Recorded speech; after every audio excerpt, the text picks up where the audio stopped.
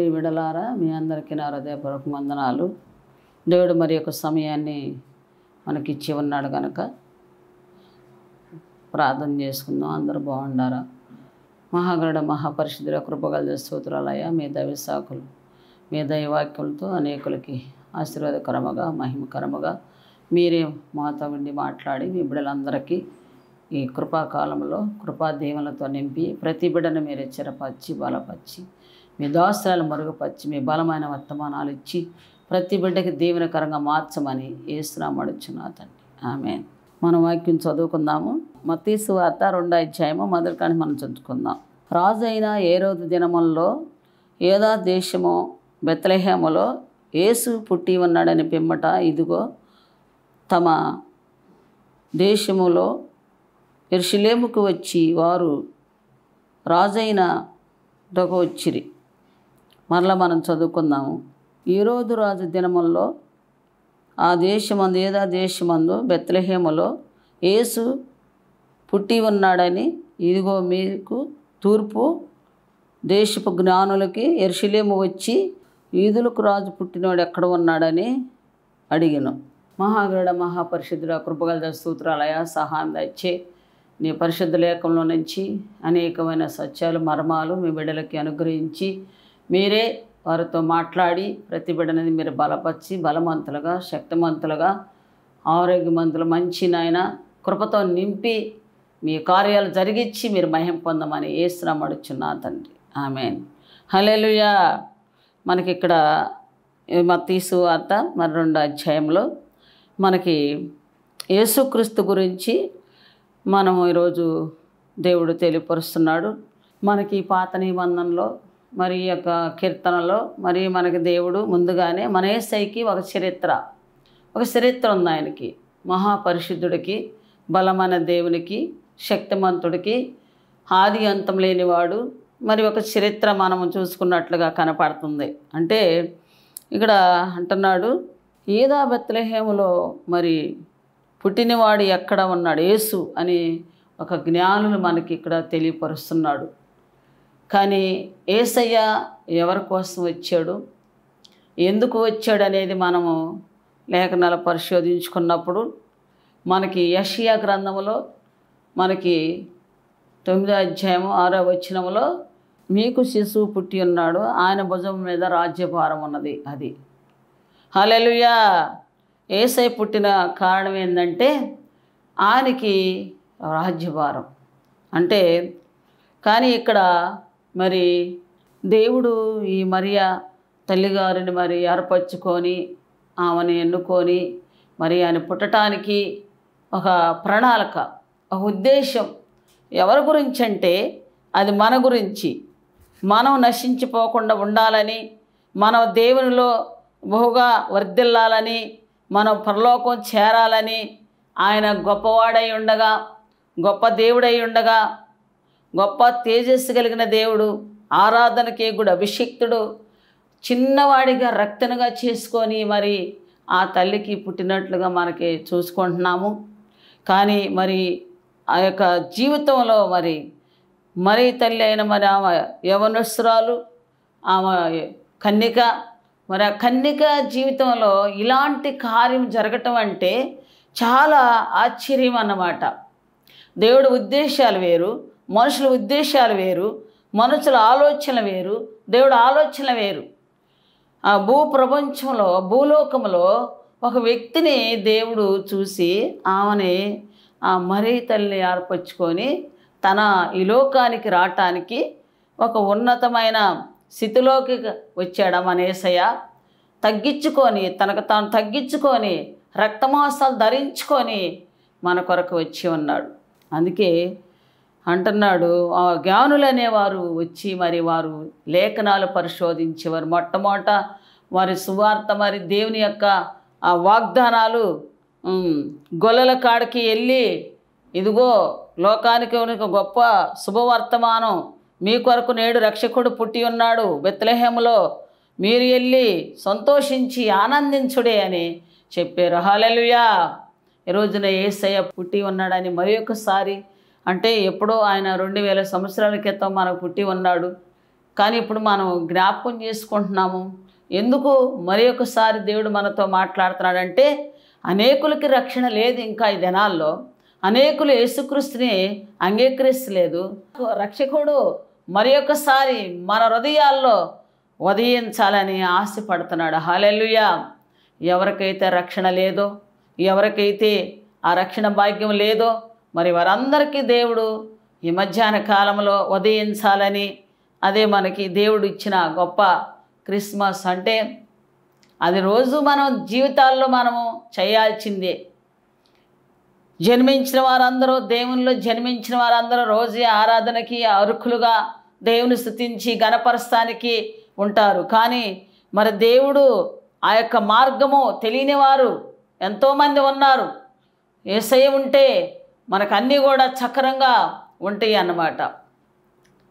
కానీ మనం దేవుడు ఎంత తగ్గించుకొని పుట్టి ఉన్నాడంటే, అక్కడ మనం చూసినప్పుడు ఆ పశువుల పాకలో మరి ఆ స్థలాన్ని ఎన్నుకున్నాడు దేవుడు. ఆ స్థలాన్ని కోరుకున్నాడు.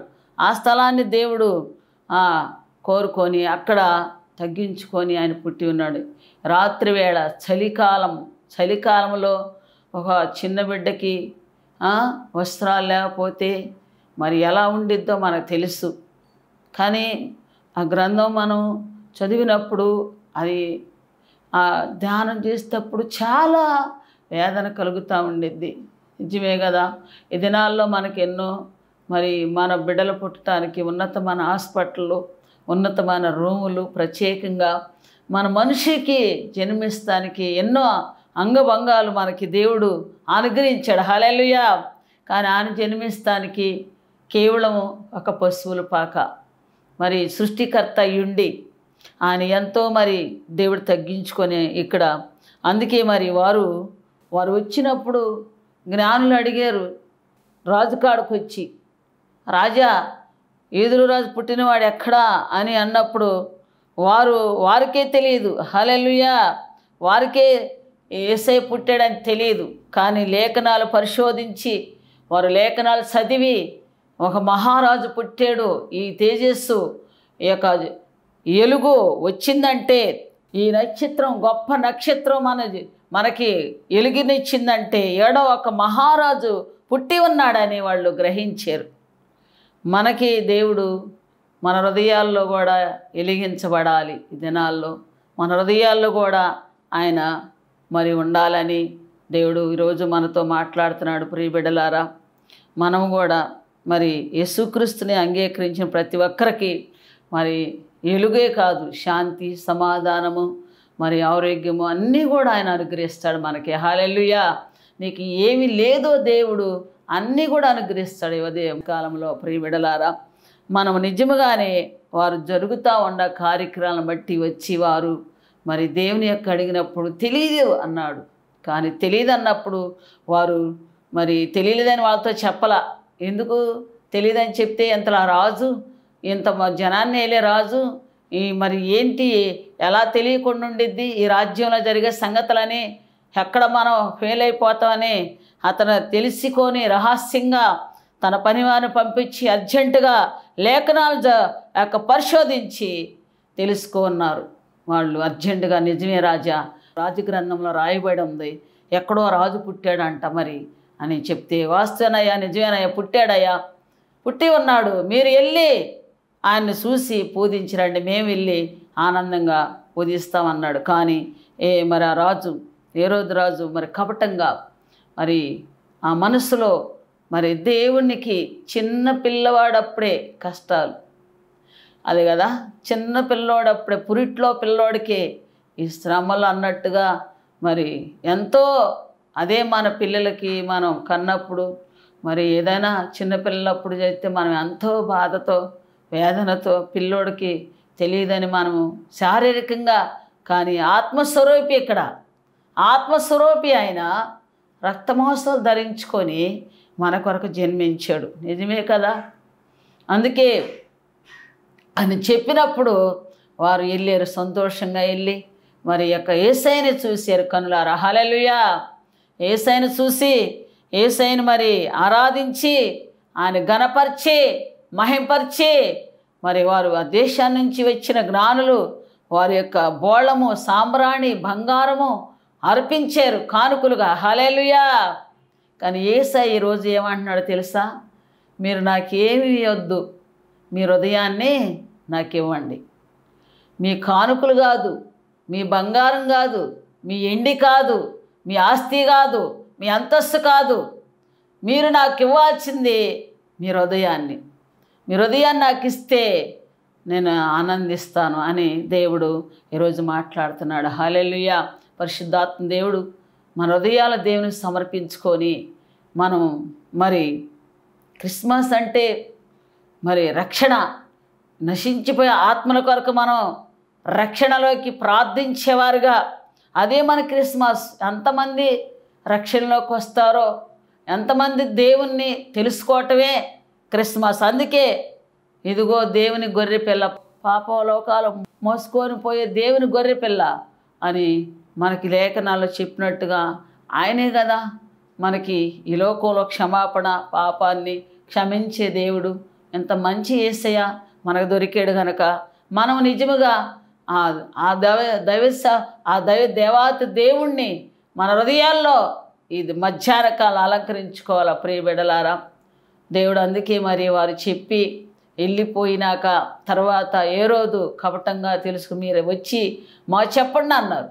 కానీ వారు దారిలోనే యేసయ్య చెప్పాడు. మరి దేవుడు ఇదిగో మీరు వేరే మార్గాన్ని వెళ్ళిపోండి, హల్లెలూయా అన్నప్పుడు వారు వేరే మార్గాన వెళ్ళిపోయారు. కానీ అంతటితో ఆగిందా?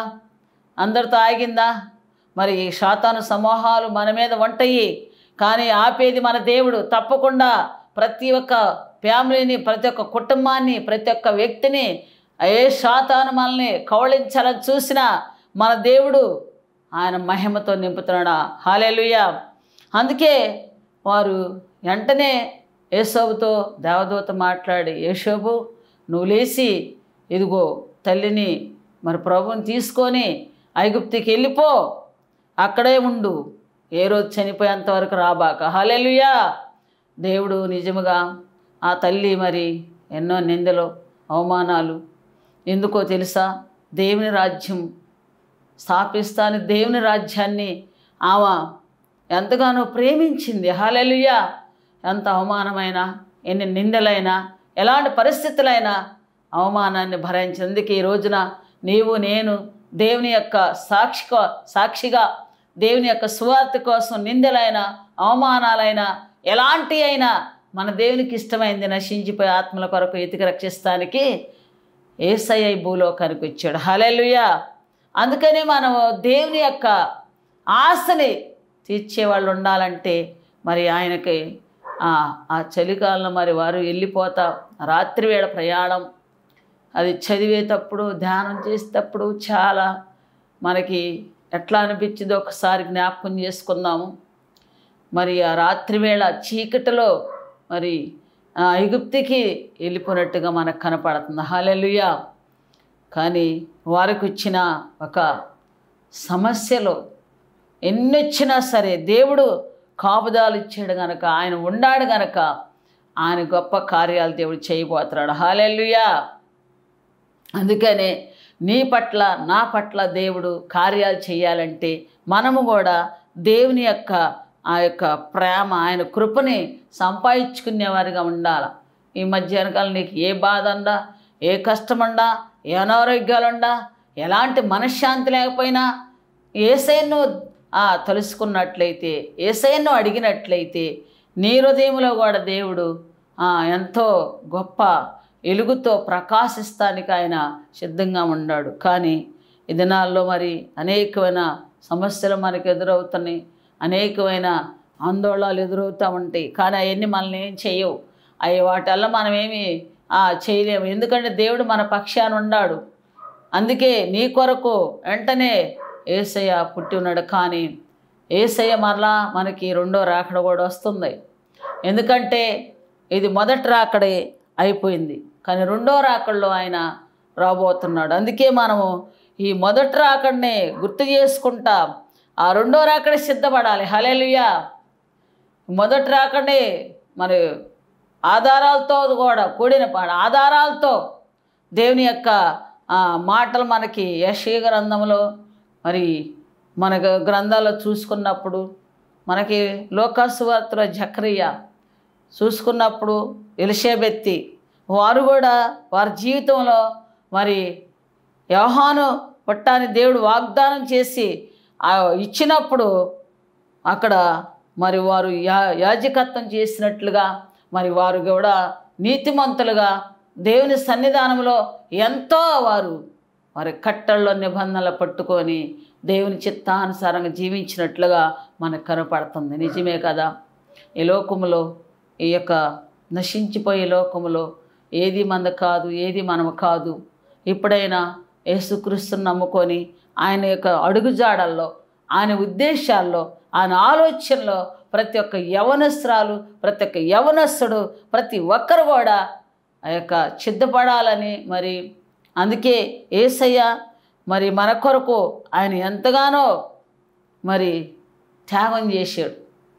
ఆయన త్యాగం ఏంటంటే మరి మనము కొంతమంది త్యాగాలమ్మా ఎంతో ఈ భారం మొయ్యలేకపోతున్నాము, ఈ బాధలమ్మా అసలు వల్ల కాకపోతుంది, మరి ఈ సమస్యలు ఎట్లా వస్తున్నాయి, ఏం చెయ్యాలో నాకు అర్థం కావట్లేదు అని మనం అనుకుంటాం. కానీ ఆ సమస్య ఏంటో, ఆ భారం ఏంటో, ఆ ఇష్టం ఏంటో దేవునికి మనం అప్పగించినట్లయితే ఆయనే పరిపూర్ణతగా, సంపూర్ణతగా మనకి అనుగ్రహిస్తాడు. హల్లెలూయా. అందుకని మనం ఈ మధ్యాహ్న కాలంలో యేసయ్య మీద ఆధారపడేవారుగా, యేసయ్య మీద ఆనుకునేవారుగా మనం ఉండాలి. అందుకే వారు కూడా ఎలిషబెత్, జకరియా వారు ముసలితనం వచ్చారు. ఆ ముసలితనంలోనే వారికి దేవుడు మరి అనుగ్రహించాడు. కానీ వారు పిల్లలు లేరని చింతపడలేదు, పని మానుకోవాలా. హల్లెలూయా. దేవుని పనిని వారు మానుకోవాలా. ఈ దినాల్లో అయితే మనకి దేవుడు కార్యాలు ఒకళ్ళు చేయటం లేట్ అయిందనుకో, ఇంకేం జరిగిద్దిలే, మరి ఏం జరగబోతుంది, మనకి ఎందుకులే అన్నట్లుగా మన దేవుని మార్గాన్ని వదిలిపెట్టేవారుగా ఉంటాం. అలా ఉండకూడదు. ఏది ఏమైనా సరే ఇక్కడ కాబట్టి మన పరలోకంలో అవన్నీ పొందుకుంటామని నిజమైన ఆ యొక్క దేవుణ్ణి నమ్ముకున్న ప్రతి ఒక్క వ్యక్తి పరలోకంలో మన బహుమతులు ఉండయని తెలుసుకోవాలి. ఇక్కడేముంది, ఇక్కడ ఏమి ఉండదు. ఇంతలో కనపడే అంత ఆవిరి లాంటి జీవితం ఇది. ఈ జీవితానికి గ్యారంటీ లేదు కనుక మనం నిజమైన జీవితం అక్కడ కొనసాగించబడుతుంది కనుక మనం ఇక్కడ జరిగిస్తేనే అక్కడ కొనసాగించబడింది.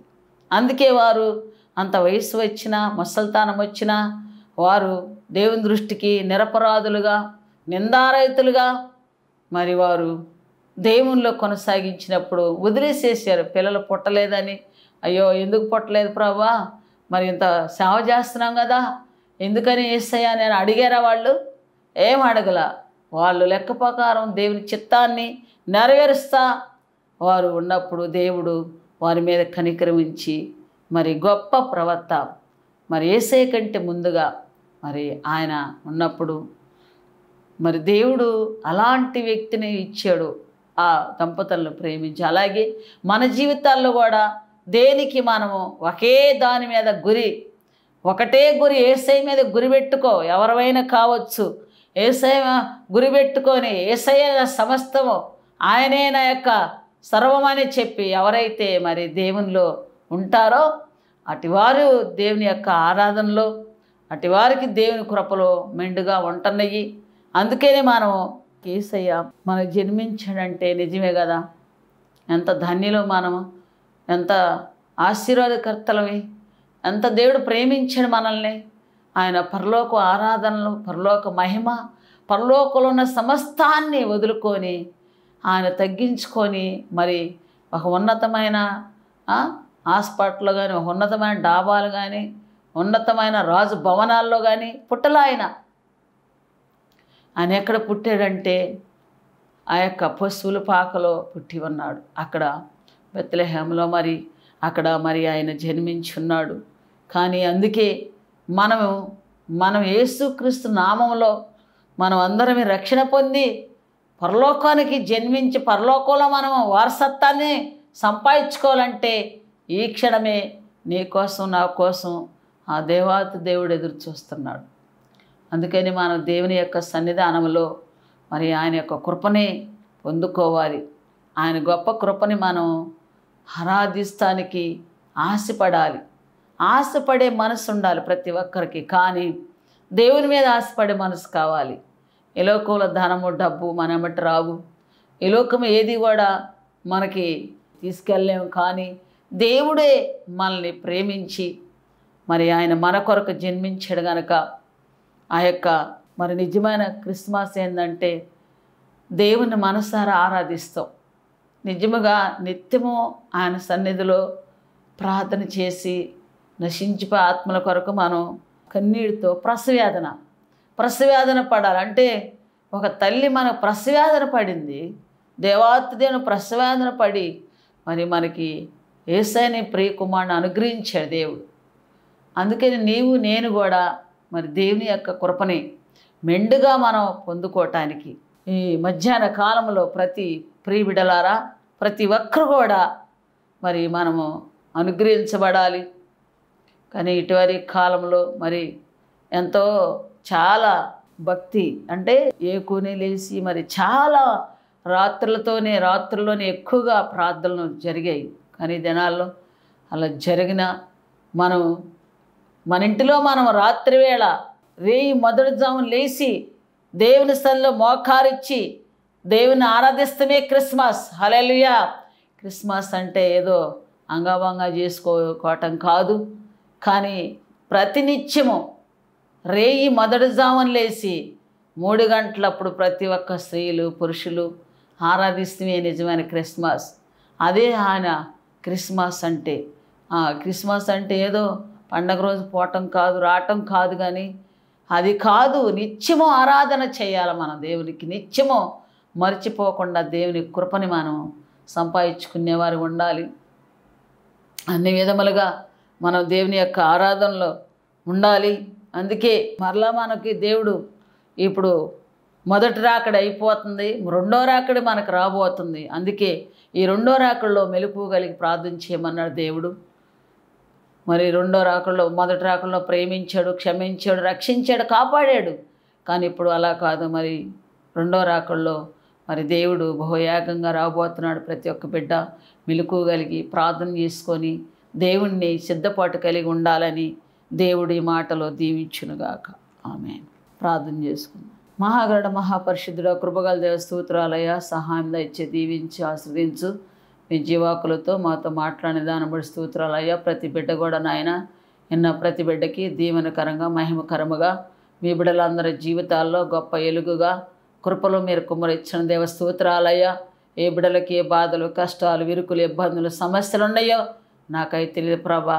బిడ్డల యొక్క వేదనతో రోదనతో అయా బిడ్డల యొక్క నాయన వేదనతో ఉన్న వారందరికీ ఈ మధ్యాహ్న కాలంలో క్రీస్తు అనే యొక్క గొప్ప కృపని వారికి అనుగ్రహించి ప్రభా. వారి హృదయాల్లో వెలిగించి దేవా వారి కుటుంబాలని వారి బిడ్డల్ని దేవా వారి యొక్క సమస్యలన్నీ కొట్టివేయనాయన. ఏ ఆశపడుతున్నారో అయా యొక్క ఈ కాలంలో ప్రభా ఈ బిడ్డలు యవనస్తులను యవరాళ్ళని జ్ఞాపకం చేసుకో దేవా. ఉద్యోగాల కోసం ఎదురు చూస్తున్న వారి కోసం దేవ అనారోగ్యంలో ఉన్న వారి కోసం అయ్యా మీ నామంలో ప్రతి వారిని తాకి ముడుతున్న దేవ స్తోత్రాలయ్యా. ప్రతి బిడ్డని మీరు అనుగ్రహిస్తున్న యేసే స్తోత్రాలయ్యా. ప్రతి బిడ్డతో మీరు మాట్లాడుతున్న యేసే స్తోత్రాలు. సాతాను కుతంత్రాలు కూల్చివేసి మా యొక్క దుష్ట ఆలోచనలు కొట్టివేసి మీ ఆలోచనలో ప్రతి వారికి ఇస్తున్న యేసే స్తోత్రాలయ్యా. మీ ఆలోచనలు అడిగిన దేవా. దావీదు భక్తుడు ఏ రీతిగా నాయన నేను యెహోవా మందిరంలో నివాసం చేస్తానని వాగ్దానం చేసుకున్న ఆయన నీకోసం ఆశపడి నీ మందిరంలో నివాసం చేసి అయా గొప్ప కార్యాలు మీరు జరిగించిన దేవా. అలాగే నీ బిడ్డలందరికీ నాయన నీ నివాసాన్ని అనుగ్రహించు ప్రభా. ప్రతి ఒక్కరు మీ యొక్క బిడ్డలు జీవితంలో ఒక బలమైన కార్యాలు జరిగించు ప్రభా. ఇదిగో తండ్రి హాస్పిటల్లో ఉన్న రోగులు కూడా స్వస్థపచ్చు నాయన. అయా ఇళ్లల్లో ఎంతోమంది నాయన మనశ్శాంతి లేనివారు, అయా మైండ్ సరిలేని వారు, అయా మన మంచంలో ఉన్నవారు, సీరియస్ కేసులు నాయన అయ్యా అవి ఈ మధ్యాహ్న కాలంలో పరిశుద్ధాత్మ దేవుడా మీరు తాగుతున్నదే స్తోత్రాలయ్యా. ఏ బిడ్డలే అయా కన్నీటి నాట్యముగా మార్చండి ప్రభా. మీ బలమైన కార్యాలు జరిగించి మీ గొప్ప కృపతో నడిపించి అంచెలంచెలుగా మీరు ఆశీర్వదించి మీ కృపతో నింపి నాయన మీ యొక్క అయా మీ ఉగ్రమైన కార్యాలు ఒక్కొక్కరు ఫ్యామిలీలో మీరు జరిగిస్తున్నాయి యేసయ్యా. మీ ఘనమైన కార్యాలు మీ గొప్ప కృపలో అనుగ్రహించి బిడ్డలు ప్రతి వాంఛను మీరు తీర్చి ప్రతి వారి ఆలోచనలు సరిచేసి ప్రతి ఒక్కరికి మీ దీవెనలతో నింపి ఈ యొక్క మధ్యాహ్నం ప్రతి ఒక్కరికి మీ రక్షణ భాగ్యం అనుగ్రహించి మీరు మాత్రమే మహిమలో ఘనతల ప్రభావాలు పొందుకోమని యేసునామమున తండ్రి. ఆమేన్. దేవుడు మిమ్మల్ని అందరూ దీవించి ఆశీర్వదించును గాక. ప్రైజ్.